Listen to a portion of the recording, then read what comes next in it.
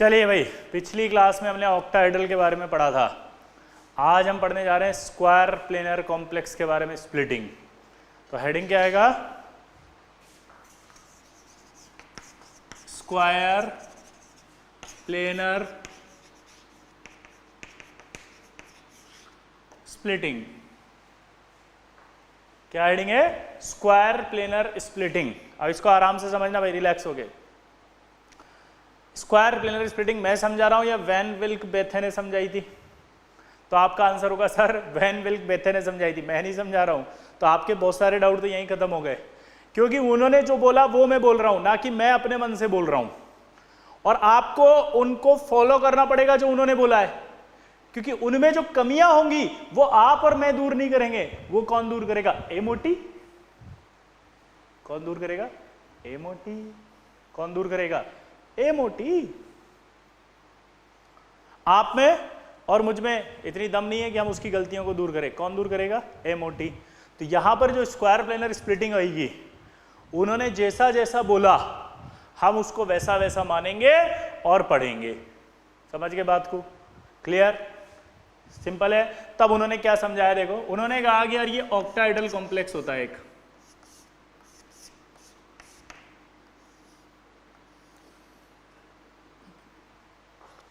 जिन बच्चों ने ऑक्टाहेड्रल वाली स्प्लिटिंग नहीं अच्छे से याद करी, वो अच्छे से याद करना, तब जाकर के यहां समझ में आएगा अच्छे से। ऑक्टाहेड्रल स्प्लिटिंग जब हमने पढ़ी थी तो हमने कहा था यार ये वाले जो है ना एक्सियल ऑर्बिटल्स होते हैं, और ये बीच में जो है वो नॉन एक्सियल होते हैं। ठीक है? और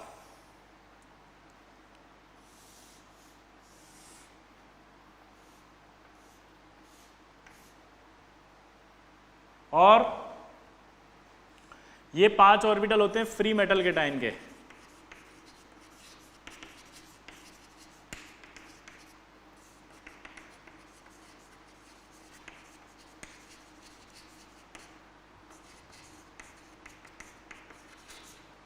फाइव डीजनरेट ऑर्बिटल्स।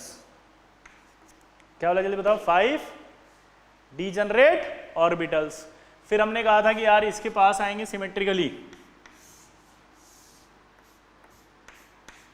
याद करो, सिमेट्रिकली हमने कहा था इसके पास आएंगे चारों लिगेंड, चारों तरफ से।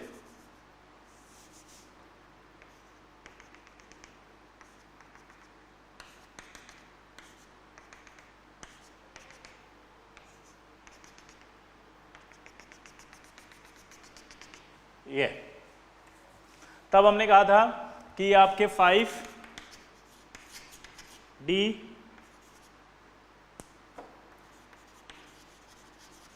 जनरेट ऑर्बिटल्स इन symmetrical field. 5 D generate orbitals इन सिमेट्रिकल फील्ड। ये सिमेट्रिकल फील्ड में अरेंज्ड है। फिर उसने कहा था कि भाई ये जो है वो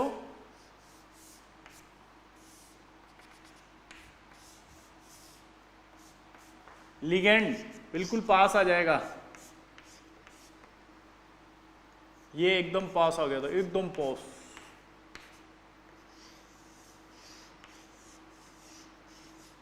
ऑक्टाहेड्रल में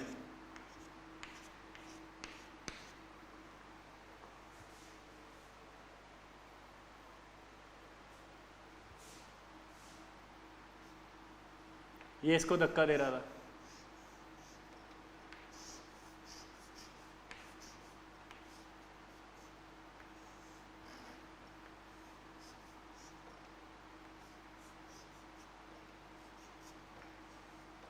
ये धक्का दिया उसने।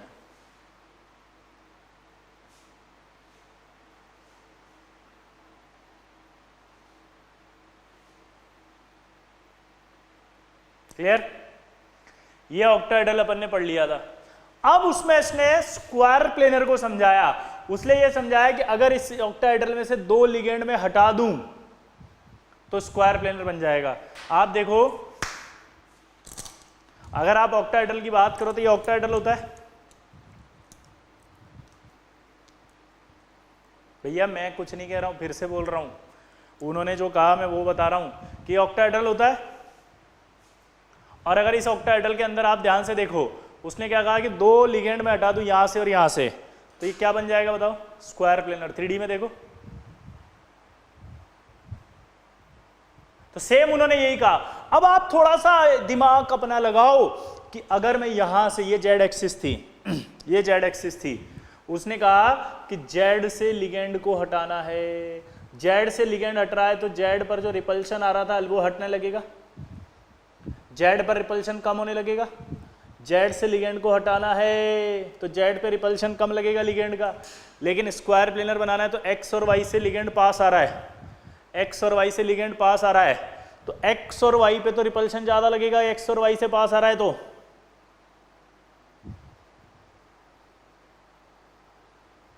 एक्स और वाई से पास आ रहा है,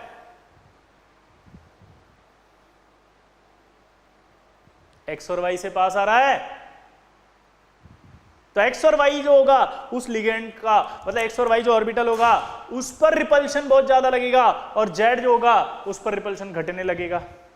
तो उन्होंने कहा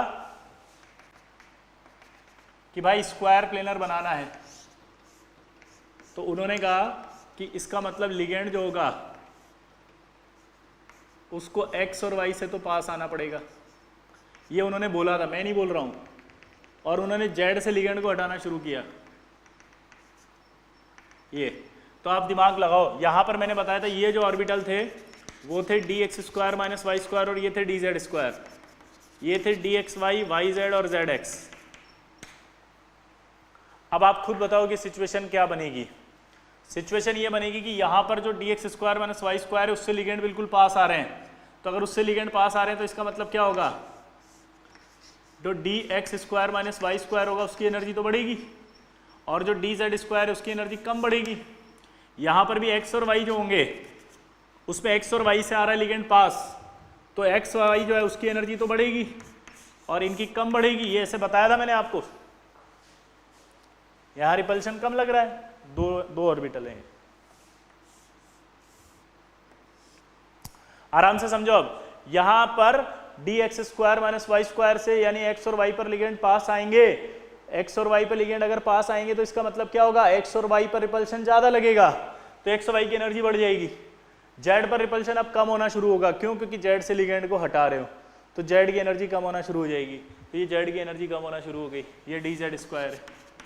यहां पर आपका d x y x y से पास आएगी एकदम ये, लेकिन तो एक्स वाई की एनर्जी बढ़ जाएगी, लेकिन यहां पर डी वाई जेड, जेड से तो हटना शुरू हो गया, तो जेड वाली एक्सिस से रिपल्शन कम होगा तो इनकी एनर्जी थोड़ी कम होना शुरू हो जाएगी, तो ये एक स्प्लिटिंग होगी, इसको कहा जाता है टेट्रागोनल डिस्टॉर्शन।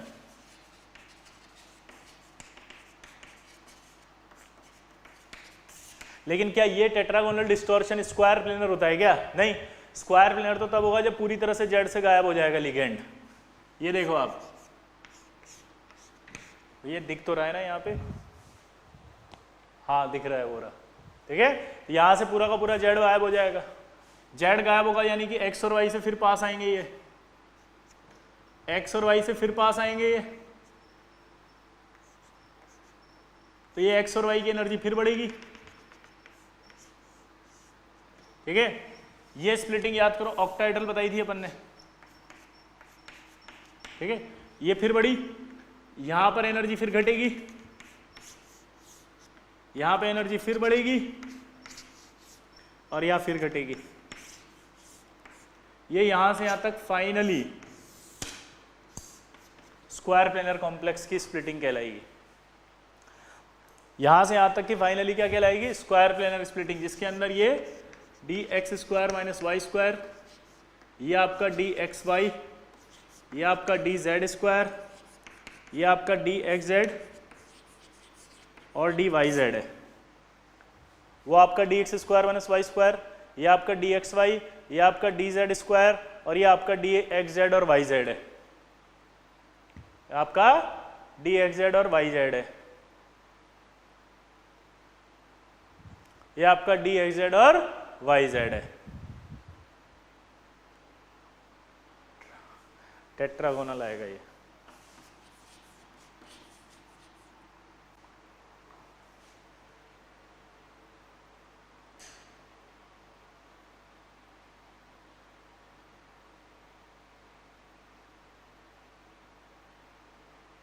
ये आपको फाइनल याद रखना है, बाकी सब भूल जाना भले चलेगा। अब आपको ये स्प्लिटिंग हमेशा याद होनी चाहिए। और इस स्प्लिटिंग में क्या लिखा है देखो, D x square minus Y square. तो D x square minus Y square की पावर हटाओ, डी एक्स वाई पाओ। दोबारा बोलो, D x square minus Y square की पावर हटाओ, डी एक्स वाई पाओ। ये की पॉइंट दे दिया आपको। फिर डी जेड स्क्वायर और D x Z Y Z. तो आपको जो स्प्लिटिंग पूछे डायरेक्ट, तो आपको बोलना है d x square minus Y square की पावर हटाओ, डी एक्स वाई पाओ। तो दूसरा ऑर्बिटल डी एक्स वाई आएगा, तीसरा डी जेड स्क्वायर और चौथा डी एक्स जेड और वाई जेड आ जाएगा। तो पहला कौन सा होगा जल्दी बताओ इसके अंदर? पहला होगा आपका d x square minus Y square की पावर हटाओ, डी एक्स वाई पाओ। D x square minus Y square की पावर हटाओ, डी एक्स वाई पाओ। नहीं आया समझ में? D x square minus Y square की पावर हटाओ, डी एक्स वाई पाओ। फिर उसके बाद अगला आएगा क्या, डी जेड स्क्वायर और D x Z Y z, d Z square और फिर d x Z Y z. Clear? आया ना? बोलो। सिंपल है। एक बार और समझते हैं इसको अच्छे से। हम पढ़ रहे थे स्क्वायर प्लेनर स्प्लिटिंग। मैंने आपको कुछ नहीं बताया, जो बता रहे हैं वो कौन बता रहे हैं? वैन विल्क और बेथे, जिन्होंने क्रिस्टल फील्ड थ्योरी दी।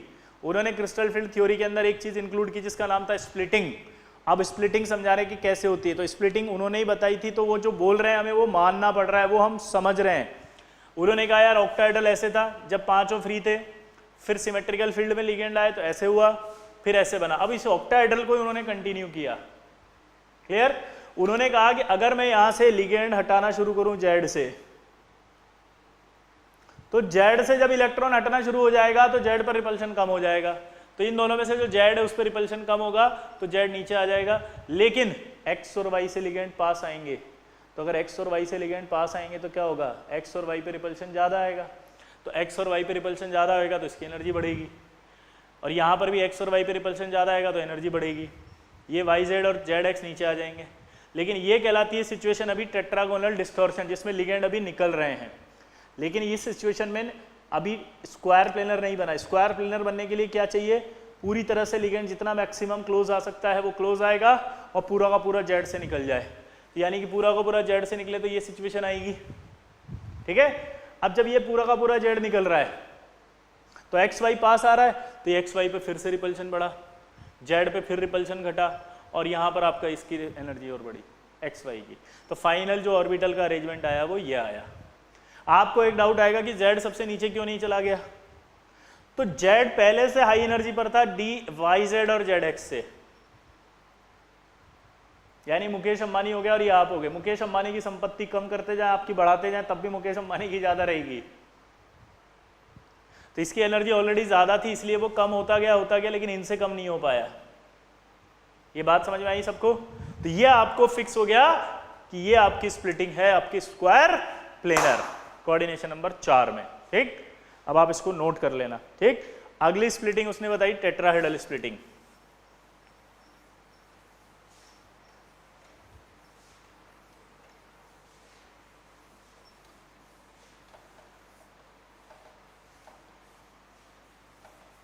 और जिन बच्चों को नहीं समझ में आई है वो एक लाइन याद रखना, ये स्प्लिटिंग इधर वाली, क्योंकि इससे अलावा कुछ नहीं पूछता ये। ठीक है? ऑर्बिटल का अरेंजमेंट आपको याद होना चाहिए, तभी सवाल होंगे, नहीं तो नहीं होंगे। पहले ही बताता हूं, d x square minus Y square पहले था, तो D x square minus Y square की पावर हटाओ, डी एक्स वाई पाओ, सेकेंड आ गया। थर्ड कौन सा था? D Z square. और फोर्थ कौन सा था आपका? फिर डी एक्स जेड और वाई जेड। टेट्राहेड्रल स्प्लिटिंग की बात कर लेते हैं अब।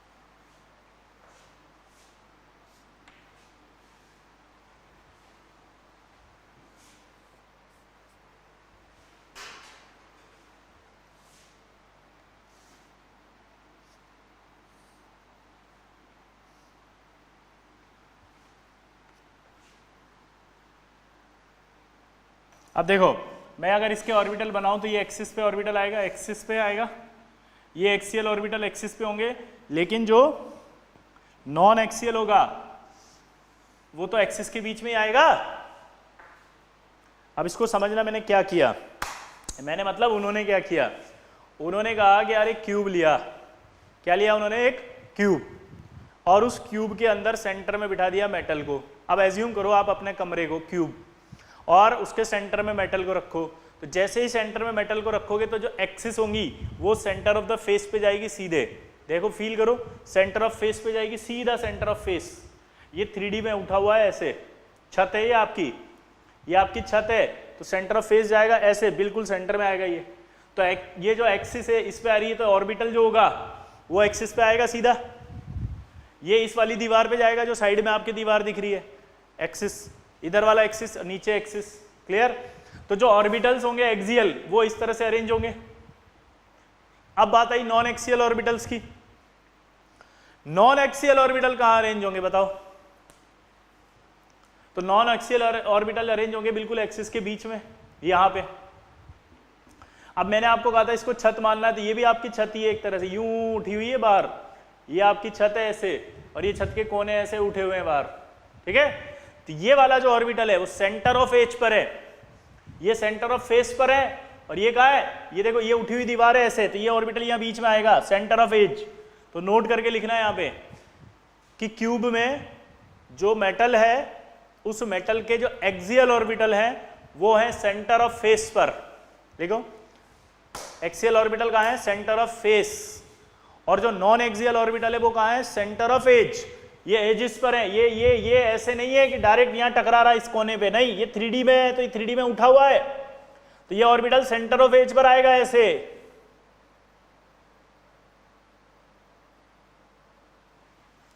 तो एक्सियल होगा किस पे, centre of face, non axial होगा सेंटर ऑफ एज। क्लियर? अब हमने, मतलब मैंने नहीं, उन्होंने क्या किया कि इस क्यूब के कॉर्नर पे ऑल्टरनेट पोजीशन पर लिगेंड को रखा और अप्रोच कराया इस मेटल की तरफ।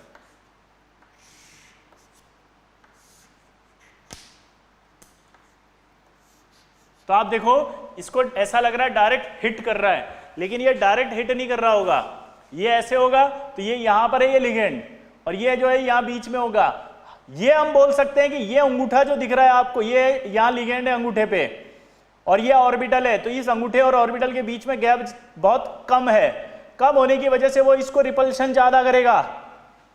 जबकि ये वाला जो है, ये वाला और ये वाला जो ऑर्बिटल है एक्सियल, इसमें दूरी ज्यादा है, तो इसके मतलब है कि एक्सियल को रिपल्शन कम मिलेगा, नॉन एक्सियल को रिपल्शन देखो ज्यादा मिलेगा, एक्सियल को रिपल्शन कम मिलेगा।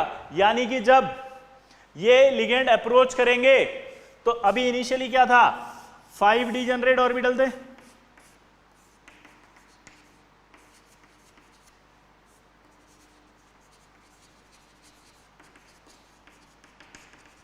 Five degenerate orbital of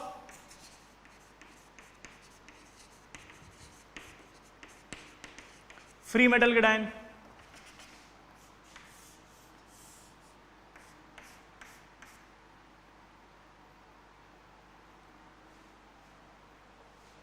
five degenerate orbital of free metal cation, यहां क्या आएगा, 5 degenerate orbital of metal cation in symmetrical field.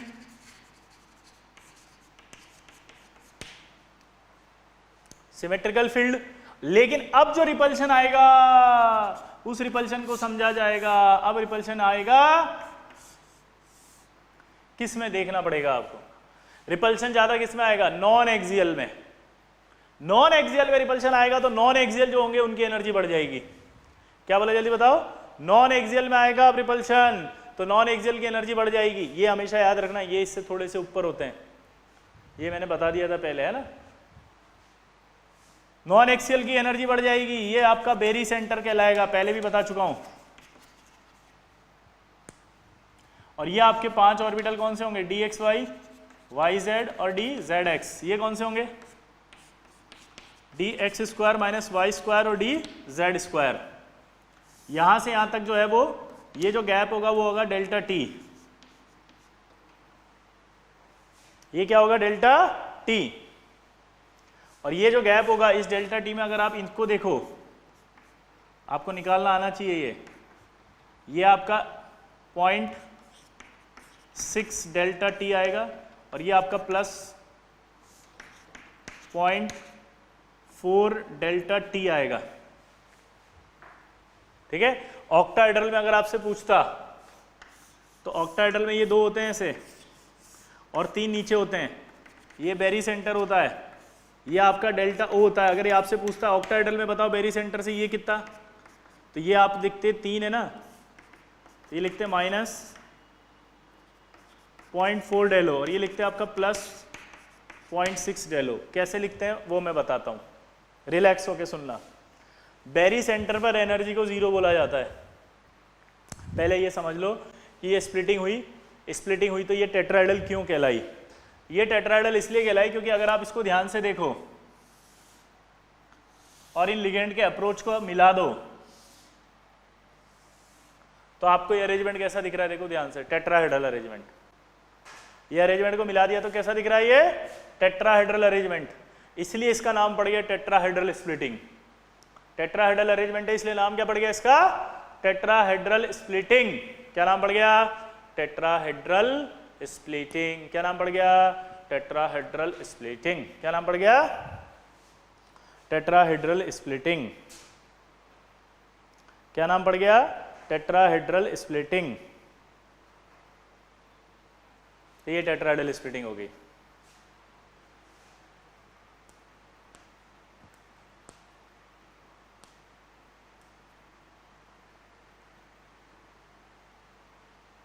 Simple है।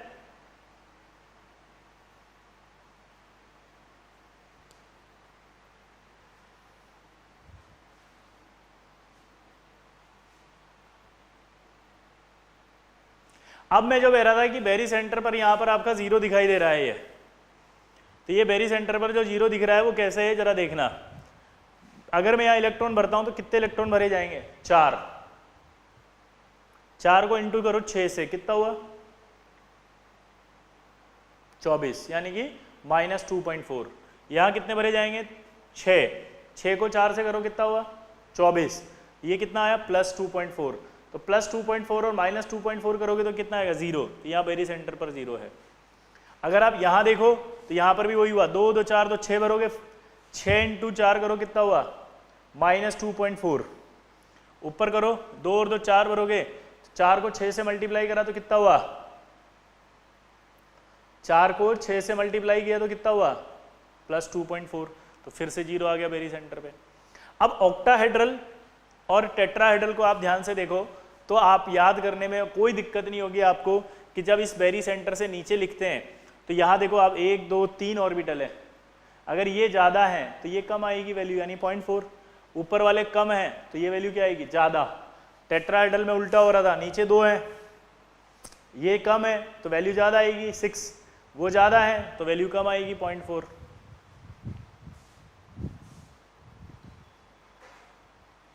क्लियर?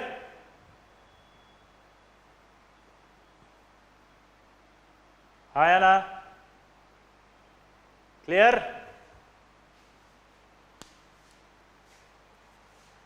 हाँ या ना? सिंपल है। तो टेट्राहेड्रल स्प्लिटिंग को हमेशा आपको क्या बोलना है? एक तरह से उल्टा ऑफ ऑक्टाहेड्रल। टेट्राहेड्रल स्प्लिटिंग को आपको क्या बोलना है? एक तरह से उल्टा ऑफ ऑक्टाहेड्रल। टेट्राहेड्रल को क्या बोलना है जल्दी बताओ? उल्टा ऑफ ऑक्टाहेड्रल। टेट्राहेड्रल को क्या बोलना है जल्दी बताओ? उल्टा ऑफ ऑक्टाहेड्रल। उल्टा ऑफ ऑक्टाहेड्रल, ये बन गया। ये आपके पास सारी स्प्लिटिंग आ गई। अब स्प्लिटिंग के बाद हम आगे बात करते हैं।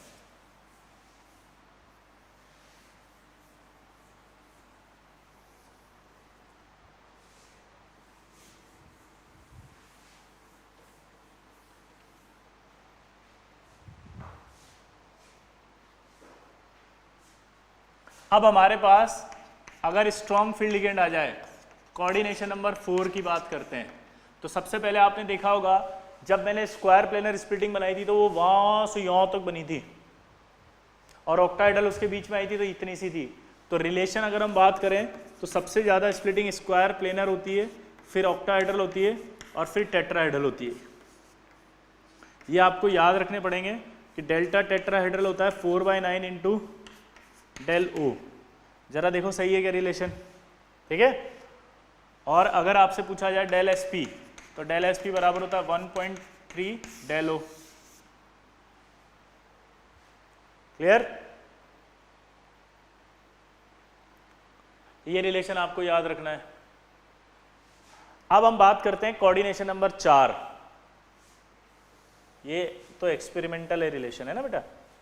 डाउट आएगा आपको कि रिलेशन कहाँ से लिख दिया आपने, तो ये रिलेशन एक्सपेरिमेंटल है, ठीक है। ये कैलकुलेशन से आया है पूरा एकदम, है ना। अब इधर आओ, आपको एक डाउट आएगा कि कोऑर्डिनेशन नंबर 4 जब होगा सर, तो हम कैसे पता लगाएंगे कि स्क्वायर प्लेनर स्प्लिटिंग है या टेट्राहेड्रल स्प्लिटिंग है। समझ रहे हो? तो हम ये बात कर रहे हैं कि अगर मेटल कैटायन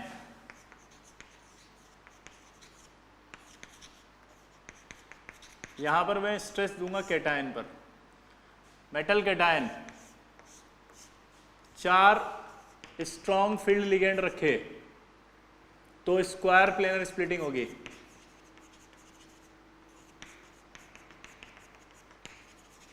और अगर वो 4 वीक फील्ड रखे तो टेट्राहेड्रल स्प्लिटिंग होगी, ठीक है।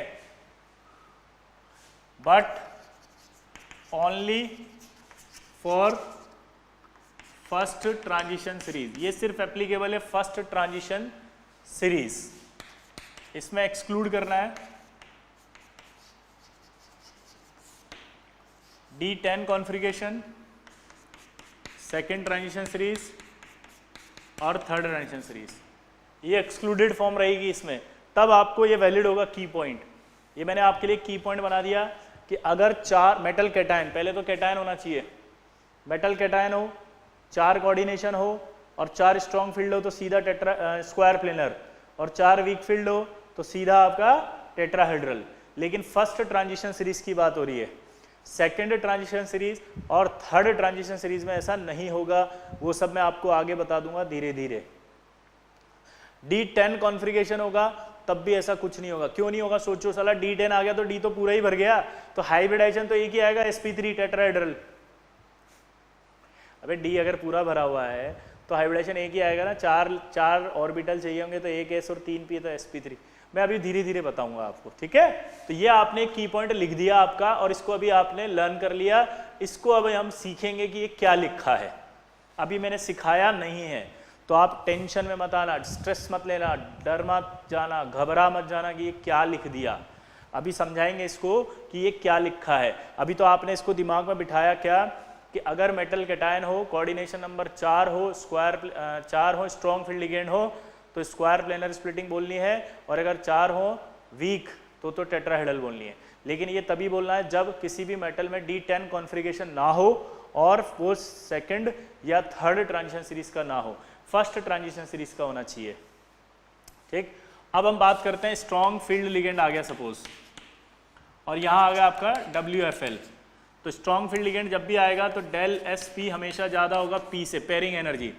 और अगर वीक फील्ड लिगेंड आएगा तो टेट्राहेड्रल स्प्लिटिंग होती है और हमेशा वो पेयरिंग एनर्जी ज़्यादा होती है उसमें। अब ये स्क्वायर प्लेनर स्प्लिटिंग के अंदर जो ऑर्बिटल भरते हैं वो कैसे भरते हैं वो देखो।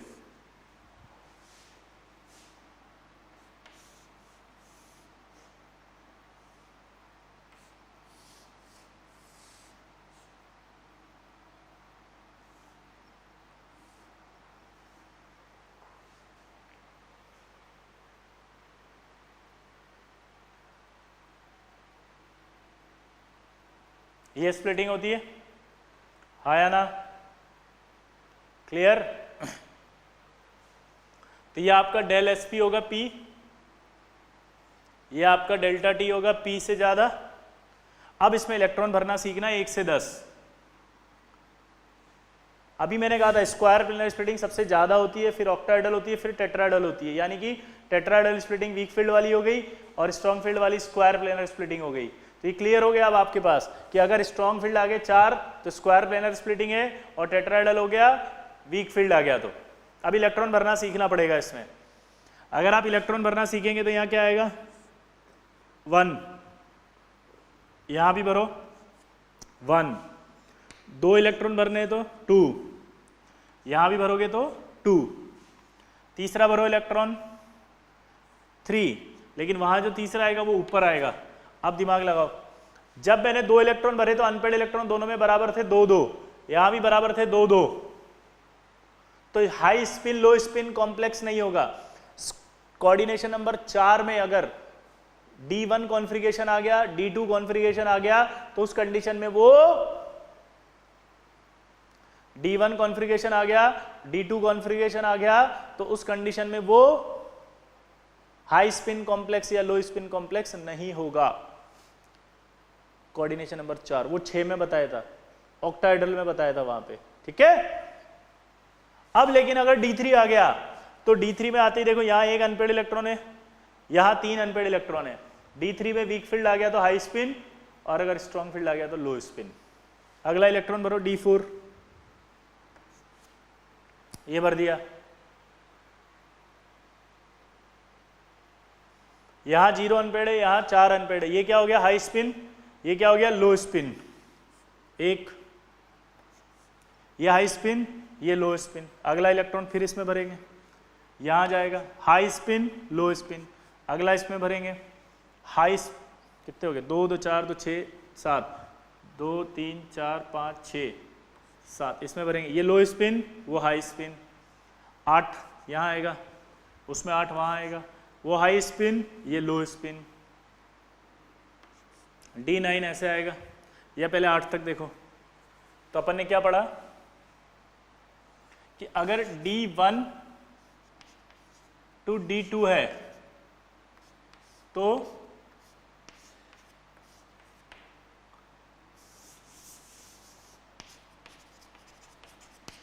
Complex no high spin no low spin, clear. लेकिन अगर जगह ही नहीं बची यार, D3 से लेके D8 तक स्ट्रॉन्ग फील्ड आ गया तो वो लो स्पिन, और अगर D3 से लेके D8 तक वीक फील्ड आ गया तो वो हाई स्पिन। अब देखो इलेक्ट्रॉन,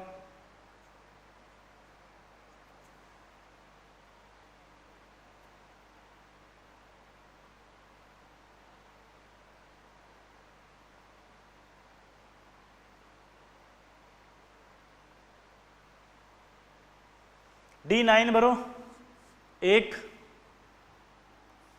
और एक यहां भर गया, कितना हुआ एक अनपेड एक अनपेयर्ड। D10 भरो, एक भी नहीं एक भी नहीं, तो कोई लो स्पिन हाई स्पिन नहीं आया। तो अब मैं ये मिटा देता हूं, यहां बना देता हूं पूरा ढंग से। तो D1 से D2 complex no high spin no low spin. लेकिन अगर मैं D3 से D8 की बात कर रहा हूं, D3 से D8 की बात करूं तो D3 से D8 की बात करने पर if complex has strong field ligand then it is low spin complex।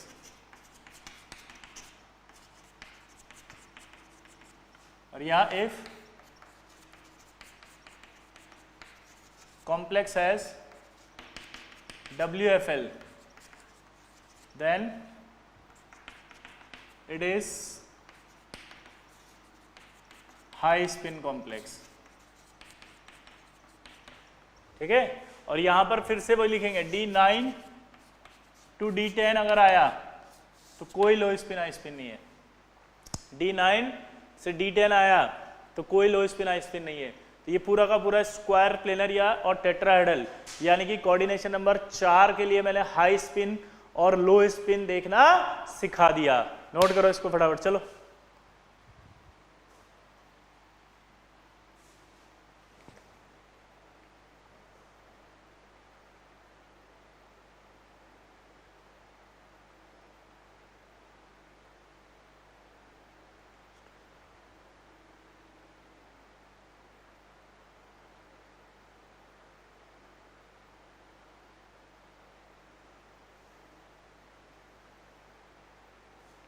हो गया?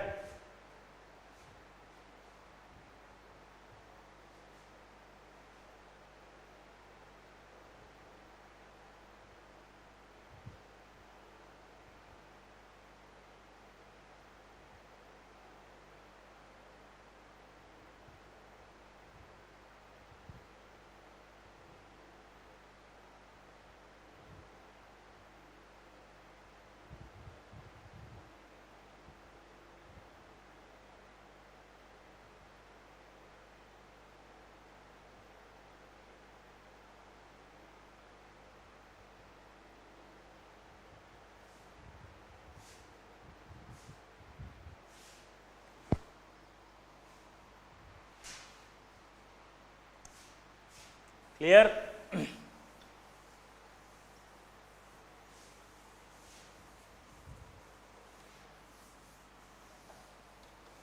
अब इसको एक एग्जांपल से समझते हैं। देखो, आपको एक सवाल आया कि NiCN होल 4 माइनस 2, आपसे कहा इसमें निकल का हाइब्रिडाइजेशन निकाल के बताओ। अब इसमें निकल का हाइब्रिडाइजेशन निकालना है तो ऑक्सीडेशन स्टेट निकालो। 4 माइनस, बाहर 2 माइनस आ रहा है तो इस पर कितना आएगा? +2। तो निकल पर आ गया +2, +2 आ गया तो यहाँ क्या आएगा? 3D8। मैंने आपको वेरी फर्स्ट डे जब बताया था VBT पढ़ाते समय मैंने सबका कॉन्फ़िगरेशन लिखा था। मैंने आपसे रिक्वेस्ट की थी कि कॉन्फ़िगरेशन लर्न करो, और मैंने कहा था आप लर्न करो और स्पीड में आपको आना चाहिए। तो आप देखो निकल का जब आपने लिखा होगा तो आएगा 3D8 4s2। मैंने कहा था इलेक्ट्रॉन 4s से पहले निकलता है, तो 4s2 से 2 इलेक्ट्रॉन निकाल दिए तो D8 बच गया। अब D8 बचने के बाद मैंने देखा साइनाइड है, strong field ligand, metal cation है, स्ट्रॉन्ग फील्ड लिगेंड है 4, स्प्लिटिंग कौन सी होगी? Square planar. स्क्वायर प्लेनर में आपने अभी अभी इलेक्ट्रॉन भरना सीखा मेरे से, 8 इलेक्ट्रॉन भरना है, सीख चुके? भरो। 1 2 3 4 5 6 7 8 भर दिए। ये खाली है, ये खाली है, ये आपका 4s आएगा, इसके बाद ये 4p आएगा। अब आपको यहाँ से कितने लिगेंड है? 4। तो कितने चाहिए आपको? 4। तो यहाँ से आप देखो 1 2 3 और 4, ये आपका D आ गया, S आ गया, 2p आ गए। तो इसका जो हाइब्रिडाइजेशन बना वो क्या बना? DsP2।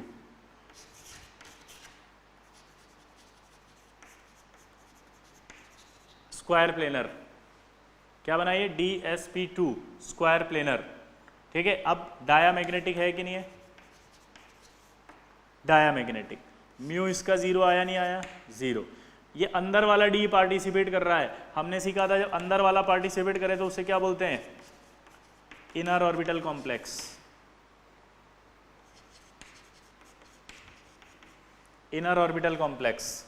और उसके बाद मैंने आपको एक और बात बोली थी,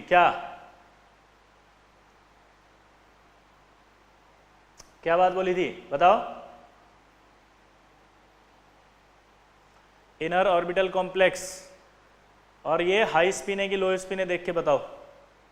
ये आपका हाई स्पिन है या लो स्पिन? लो स्पिन D8 है। अगर इसी D8 कॉन्फ़िगरेशन को वीक फील्ड वाले में भरता तो उसमें 2 अनपेयर्ड आते। यहां आपकी कितना है? 0। तो ये कौन सा कॉम्प्लेक्स हो गया? लो स्पिन। ऐसे समझना था ये। ठीक है, अब देखो इसी का एक दूसरा भाई, अगर मैं यहां पर ले लेता NiCl4 माइनस 2, क्या लिया मैंने बताओ? NiCl4 minus 2। अब ये Cl वीक फील्ड है कि स्ट्रॉन्ग फील्ड है देख के बताओ।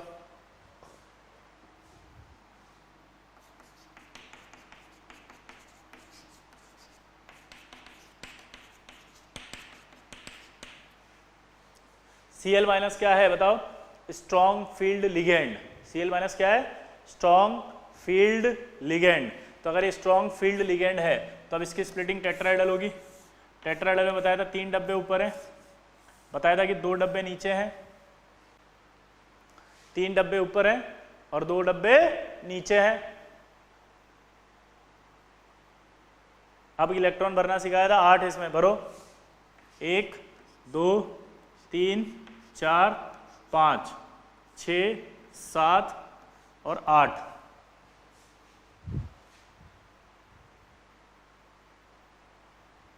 क्लियर? तो ये आपके पास 8 आ गए। अब 8 आने के बाद आपके जो है वो ये S और P खाली है। अब कितने लिगेंड है वहाँ देखो, 4, तो 4 डब्बे खाली हैं तो 1 S और ये 3 P आएंगे। 4 डब्बे खाली है तो क्या होगा बताओ, 1 S और 3 P आएंगे, तो हाइब्रिडेशन क्या बनेगा, ये sp3। sp3 के बाद ज्योमेट्री का नाम मैंने बताया था क्या, टेट्राहेड्रल।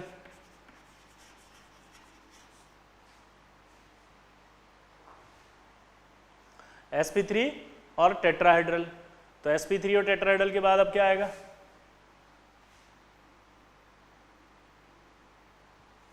sp3 टेट्राहेड्रल के बाद अब देखो पैरामैग्नेटिक है या नहीं है, पैरामैग्नेटिक है। म्यू जो होगा इसका कितना होगा, 2.87, क्योंकि 2 अनपेड इलेक्ट्रॉन है।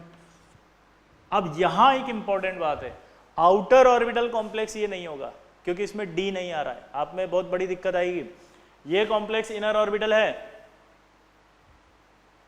लेकिन वो आउटर की तरह नहीं बोलेंगे इसको, एक है ना, हाई स्पिन या लो स्पिन बोलो, तो ये आपका क्या हो जाएगा, हाई स्पिन। अभी बताया था मैंने, हाई स्पिन कॉम्प्लेक्स। तो ये हाई स्पिन लो स्पिन देखना आ गया आपको अब कोऑर्डिनेशन नंबर 4 में। किसमें सिखाया मैंने बताओ, ये कोऑर्डिनेशन नंबर 4 में। किसमें सिखाया, कोऑर्डिनेशन नंबर 4 में। किसमें सिखाया, कोऑर्डिनेशन नंबर 4 में। किसमें सिखाया, कोऑर्डिनेशन नंबर 4 में। क्लियर?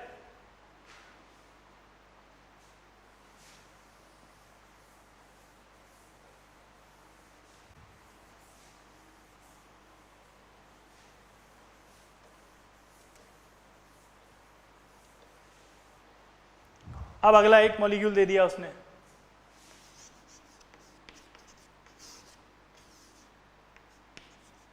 CuCl4-2,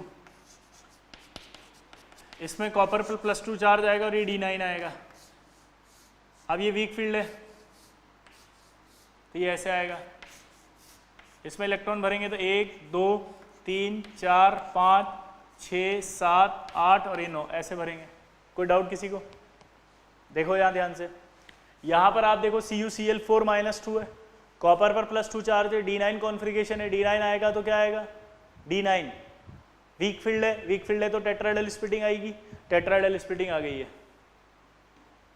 टेट्राहेड्रल स्प्लिटिंग में आपको D9 भरना है, तो D9 भरा तो 1 2 3 4 5 6 7 8 9, 9 भर दिया, आया ना, D9 आया तो क्या भर दिया, 9 भर दिया, 9 9 भरने के बाद अब कौन सा खाली बचा, S, और ये क्या बचा, 3 P। तो ये आपके पास क्या आ गया, sp3, फिर टेट्राहेड्रल, फिर पैरामैग्नेटिक, म्यू 1.73, बोर मैग्नेटॉन इसकी यूनिट होती है ना। लो स्पिन या हाई स्पिन कुछ नहीं होगा क्योंकि D9 है, आउटर और इनर भी कुछ नहीं होगा क्योंकि D नहीं है, तो बस यही आएगा इसके लिए।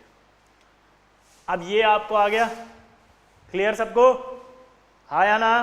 तो अब अगला देखो इसके बाद, अब आप खुद करके बताओ मुझे, चलो।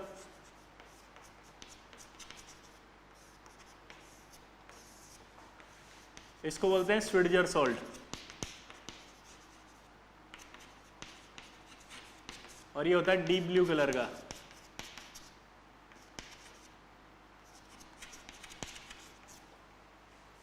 क्या बोलते हैं इसको, स्विट्जर सॉल्ट, और ये क्या होता है, डीप ब्लू कलर का।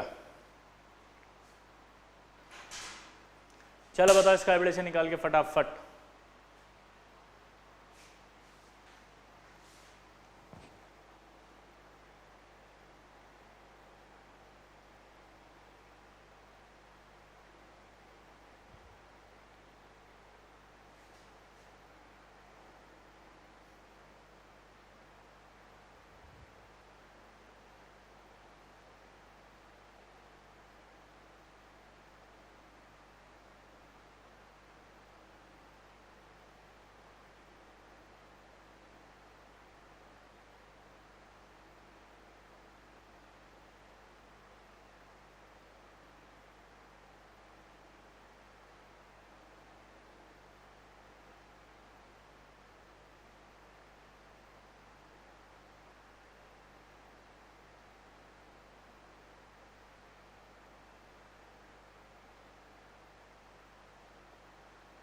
निकाल लिया?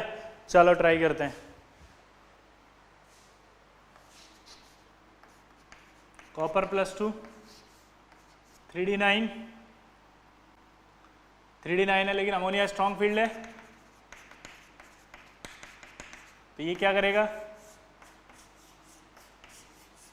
स्क्वायर प्लेनर स्प्लिटिंग करेगा। D9 भरो, 1 2 3 4 5 6 7 8 और ये 9। ये आपका S आएगा, ये P आएगा। बहुत आसान है। हाइब्रिडेशन बताओ क्या आया? sp3। क्लियर सबको? क्या हाइब्रिडेशन आएगा इसका बताओ? sp3। क्या आएगा जल्दी बताओ? sp3। क्या आएगा जल्दी बताओ? sp3।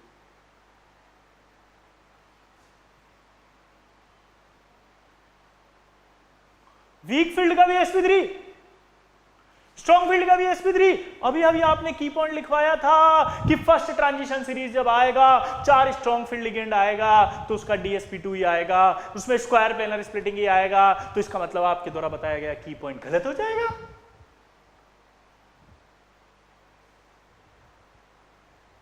ना ना ना रे, क्यों? क्योंकि इसमें एक फिनोमिना पाया जाएगा, इसमें एक फिनोमिना आएगा और वो फिनोमिना इसका जो डाउट है वो क्लियर करके जाएगा।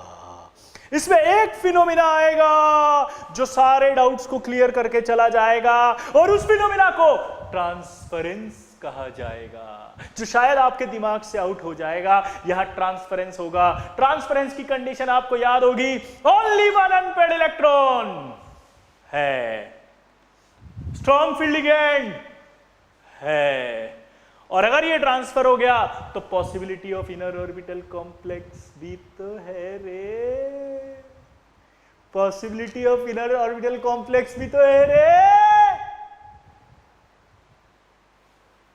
तो ये ट्रांसफरेंस कर जाएगा। अगर ये ट्रांसफरेंस कर जाएगा तो इसका इलेक्ट्रॉन 4p में पाया जाएगा और ये d खाली हो जाएगा और ये hybridisation dsp2 square planar paramagnetic mu 1.73 inner orbital, ले इनर ऑर्बिटल बन गया। ये नहीं था, ये नहीं था, ये बन गया इनर ऑर्बिटल। लो स्पिन आएगा नहीं आएगा? ना ना रे, एक अनपेड इलेक्ट्रॉन है, एक अनपेड इलेक्ट्रॉन है, नंबर ऑफ अनपेड बराबर है, D9 में नहीं होता लो स्पिन रे, तो लो स्पिन आ जाएगा। ये लो स्पिन आ गया, नहीं आया, इनर ऑर्बिटल आएगा बस। ठीक है, तो ये आपका हाइब्रिडेशन निकाल दिया आपने स्विट्जर सॉल्ट का। तो नोट करके लिखो, व्हेन कॉपर +2, अब की पॉइंट ही बन गया, when copper +2 surrounded by, when copper +2 surrounded by, when copper +2 surrounded by 4 strong field ligand, 4 strong field ligand, then it always form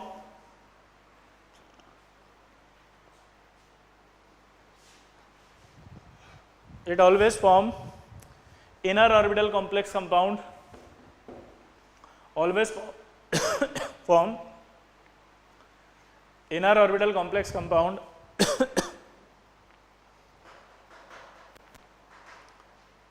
with the hybridization of dsp2, with the hybridization of dsp2, with the hybridization of dsp2.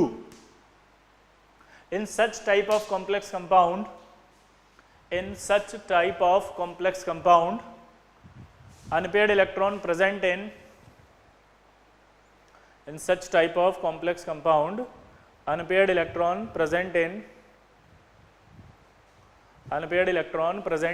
4p orbital, present in 4p orbital rather than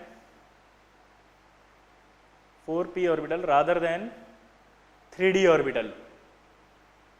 ठीक है, तो यानी इस complex में unpaired electron 4p में पाया जाएगा। ठीक, अब देखो पहले वाला जो ट्रांसफरेंस कराया था वो ऑक्टाहेड्रल में था और ऑक्टाहेड्रल में लास्ट अनपेड इलेक्ट्रॉन मैंने बोला था कहां, 4d में था। 4d हाई एनर्जी पर होता है, इसलिए उसमें से निकालना आसान था। इसलिए कोबाल्ट वाले कॉम्प्लेक्स रिड्यूसिंग एजेंट थे।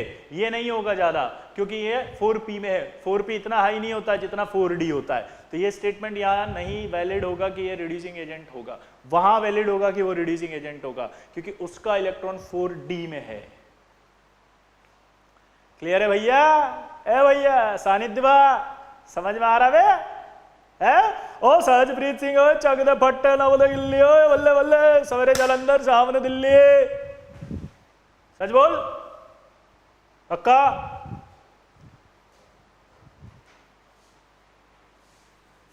एक सवाल आप करके बताओ यार, तब मानूंगा।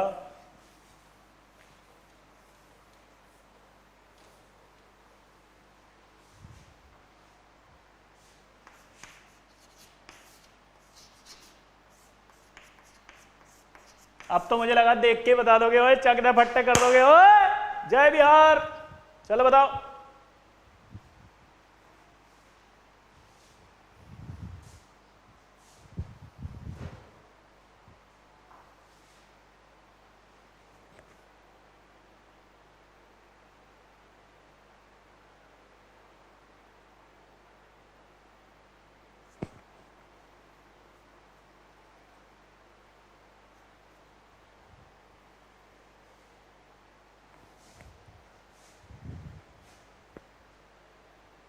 बोलो भाई, बोलो बोलो।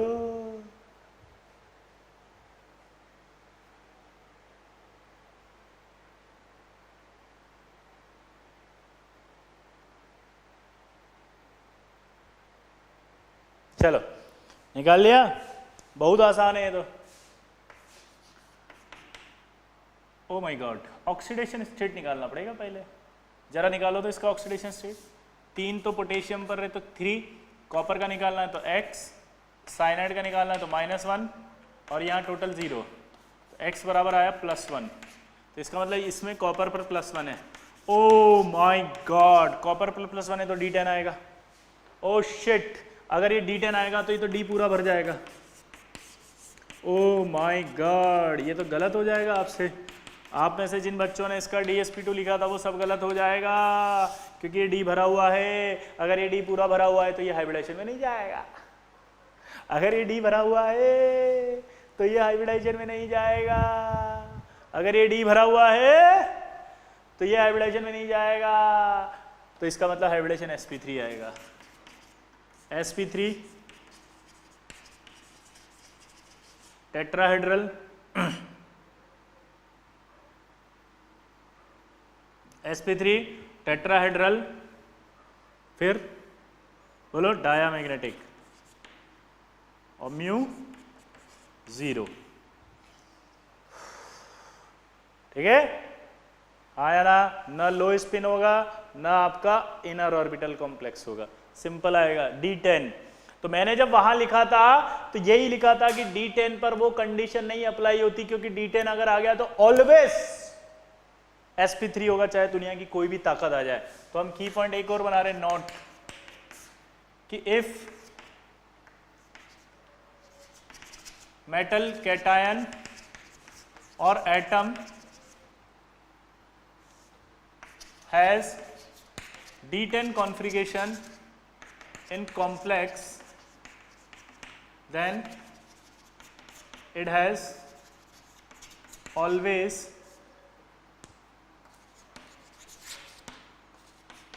sp3 hybridization with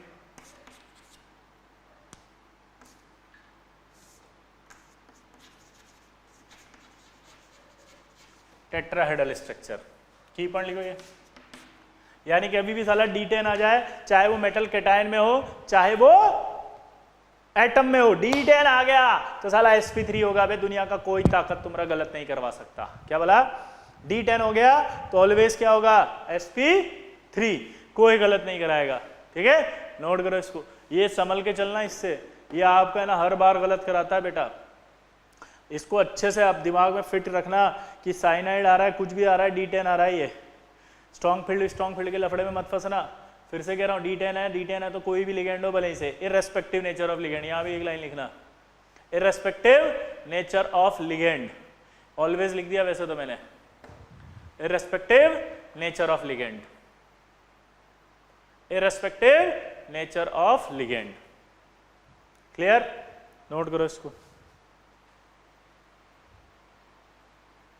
और अभी शीट वीट के सवाल मत करना तुम, ये वाले CFT के, अभी हिम्मत नहीं, अभी हिलेंगे भी नहीं तुमसे, डिप्रेशन आ जाएगा, बोलोगे सर ने कुछ नहीं पढ़ाया, सवाल ही नहीं हो रहे, बहुत बाकी है भी इसमें, कम से कम 3 लेक्चर और लगेंगे, तसल्ली से पढ़ा रहा हूं मैं इसीलिए कि साला एक भी डाउट नहीं है, पूरा क्लियर हो जाए सब। ठीक है, नोट करो इसको, चलो बाकी नेक्स्ट टाइम पे पढ़ेंगे। ठीक है।